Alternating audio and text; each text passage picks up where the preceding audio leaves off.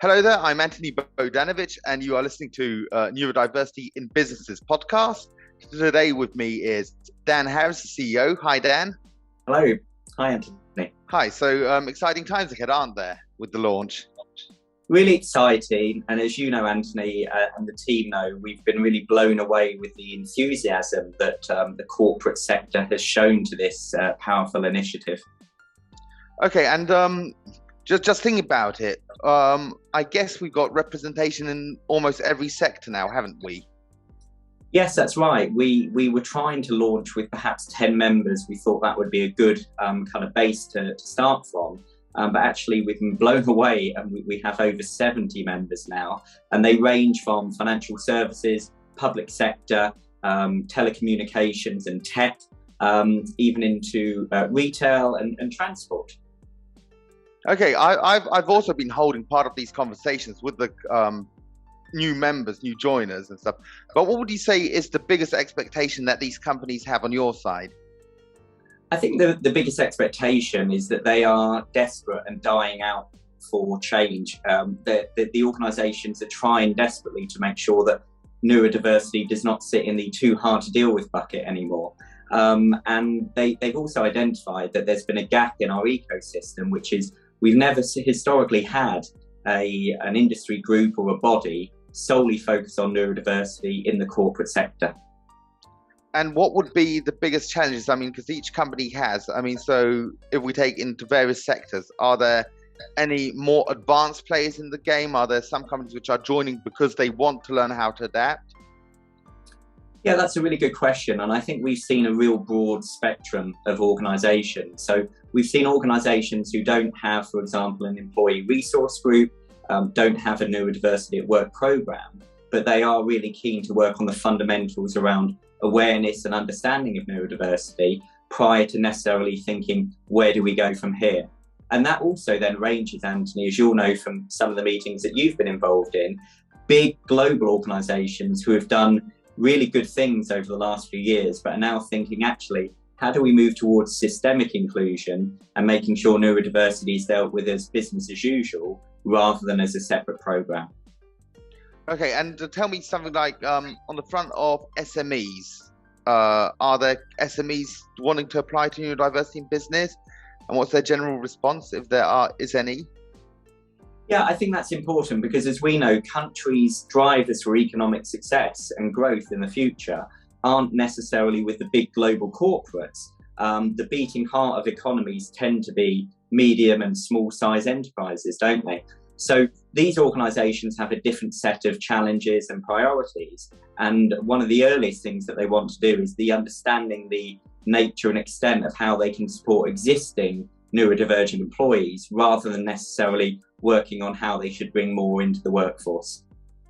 Fantastic. And I understand that with the great array of, say, supporters that we have, both on the advisory board and co-production board, we'll definitely be able to deliver certain messages. So just tell me a bit more about the co-production board that we have. Who are the main people there and what is their role? Absolutely. So the co-production board is really fundamental to our values. What we hear in the neurodiverse community is actually nothing about us without us. So we wanted to make sure from day zero that we had a very strong voice of the neurodivergent employee or potential employee. So we have a formal layer of governance within NiB, which is our co-production board. So this is a group of around 12 individuals who are very vocal in the community, thankfully, and are pretty robust with us. So we enjoy fruitful debate and challenge to make sure that we can actually live up to our mission and our values in the year ahead. So what were the biggest challenges and questions you had to answer then? I think one of the biggest challenges we had is actually how do we launch in a way which isn't tokenistic and actually drives meaningful change? Because I think we've all been through cycles of publicity around neurodiversity, potentially programs being put in place, but then the long-term benefits haven't always been quantified or measured, and thus the outcomes that were promised were not delivered. So we've just had to be really honest with the membership here to say, this is a multi-year journey. We are not here for 2022 and 2023. Our expectation is that you are committed to us across a decade. And that may sound like a long time, but actually, as we know with other social movements around sexuality and gender balance and ethnicity, actually this is a generational struggle. Okay, that sounds amazing. And I understand that also the advisory board is in place, which is definitely, it gives a lot of, say, backup in terms of and support when we go from make sure that the programs are actually correct in equal treatment of people, and also in terms of even small things like language use and those Absolutely. kinds of stuff. Absolutely. And I'm glad you brought that up, because we've been truly honoured and blessed actually by having such a high calibre on our advisory board. So this is the great and the good from across the ND ecosystem. And that was a big success to get them on board early on, because absolutely there are commercial realities that we operate in. So whilst NiB is absolutely a non-commercial entity and we are here to drive change across society, we also recognise that there are consultancies who support organisations on an ongoing basis. So our objective there is to make sure that we can come together as a collective and drive the change. We will be more powerful working together rather than individually. And how did you manage to get competitors to get into the same room? Because when we look at the advisory board, then actually there are businesses which will compete with each other on a daily basis. I think what I've found in getting to know these organisations and their leaders and becoming friends with them actually is that they are not in this to make a dollar. Okay, so they're in this because they think this is the right thing to do, that organisations need help and support. And actually, we all recognise that this is a social movement similar to the movements in previous decades around sexuality and gender balance, race, etc., which is ongoing now. So there is a collective goal here, and I'm really delighted and proud actually that the advisory board have been able to put those commercial interests to the side. And as we all know, we need to raise the level for all of the ships. I think that's the old saying, isn't it? That all ships on the ocean benefit. Exactly. And tell me, when we will be raising the level and make sure that all the ships are on the same level, tell me more or less what can our members expect, say maybe even just for this year. I understand there's going to be some workshops, some webinars. Yeah, that's right. So we have an extensive programme of activities that's been developed in consultation with our advisory board. But importantly, when we launch, we'll also be launching a survey, which is to assess what the members actually want from us. We are only a membership organisation, and we will only be valuable insofar as we deliver value back to our membership, as well as the wider ND ecosystem. So in terms of what we will actually deliver, so we'll be having monthly workshops where our advisory board and community partners deliver the best, the latest understanding and good practice around building neuro-inclusive working environments. And also we'll have monthly town halls with our membership where they can actually influence and drive our strategy and what we're delivering in the months ahead. And then lastly, we have a plan for this summer to have a Neurodiversity in Business conference where we bring together all of the players in this ecosystem and help drive what meaningful change should look like in 2023. What do you think will be your biggest problem, maybe? Because we need to address the elephants in the room. So what do you think will be the biggest elephant in the room, the biggest problem for you in the coming year, 10 years? Absolutely. I think that the biggest challenge for organisations is actually moving away from tokenistic neurodiversity at work programmes or specific conditions being focused on, to actually think about how do we do this in a systemic way that actually builds inclusion as a default. So how do the programmes which are delivered actually have long-term, sustainable and measurable outcomes? And I think that's really key, is that currently we don't have a lot of data, do we? I think we see this in organisations with good intentions, but there aren't really quantified measurable outcomes which you can draw back on and say, look, this technique or this strategy works particularly well, and perhaps the others are not delivering those outcomes. So we're really keen to support organisations in developing that analytical understanding of what's working well and what isn't. Because I understand, of course, when we say all the stereotypes and tokenism, it normally will be the token white middle-class male who's an IT geek.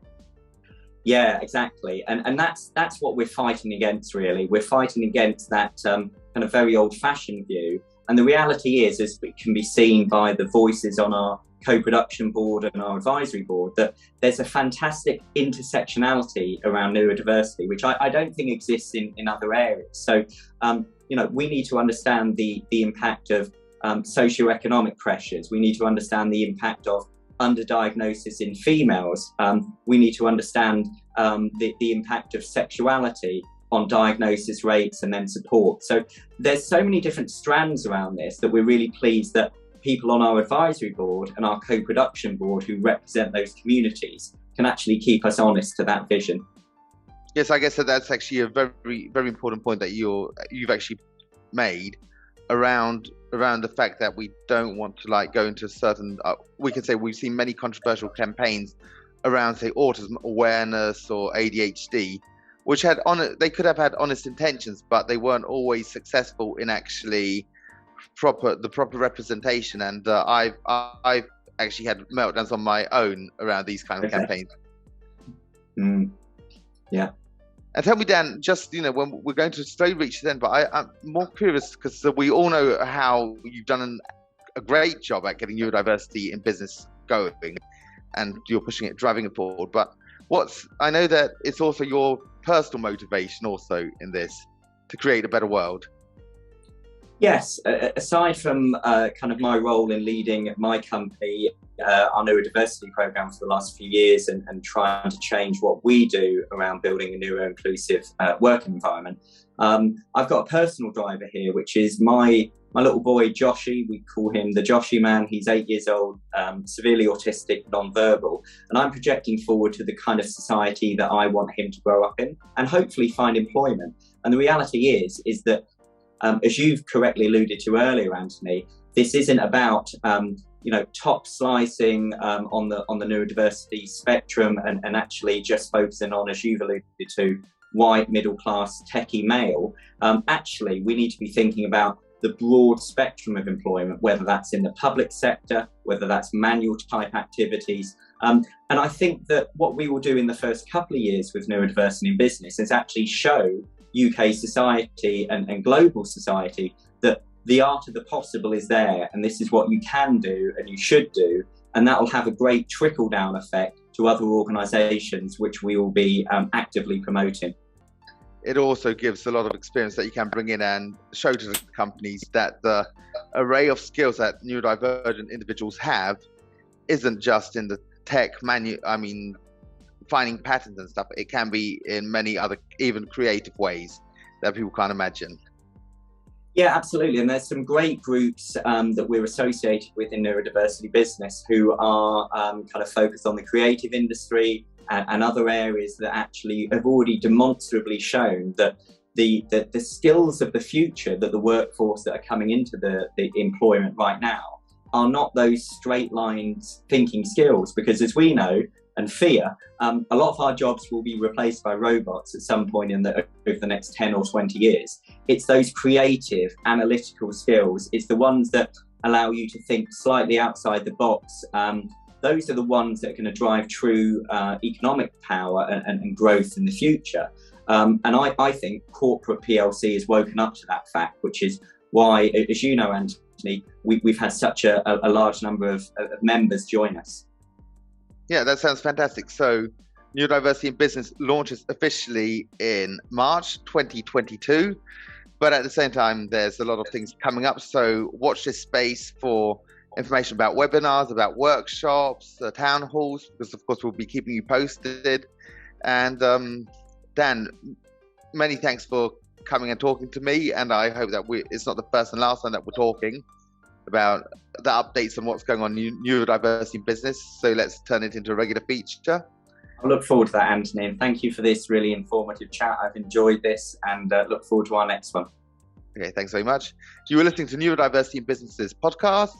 I'm Anthony Bodanovich, and goodbye. Goodbye.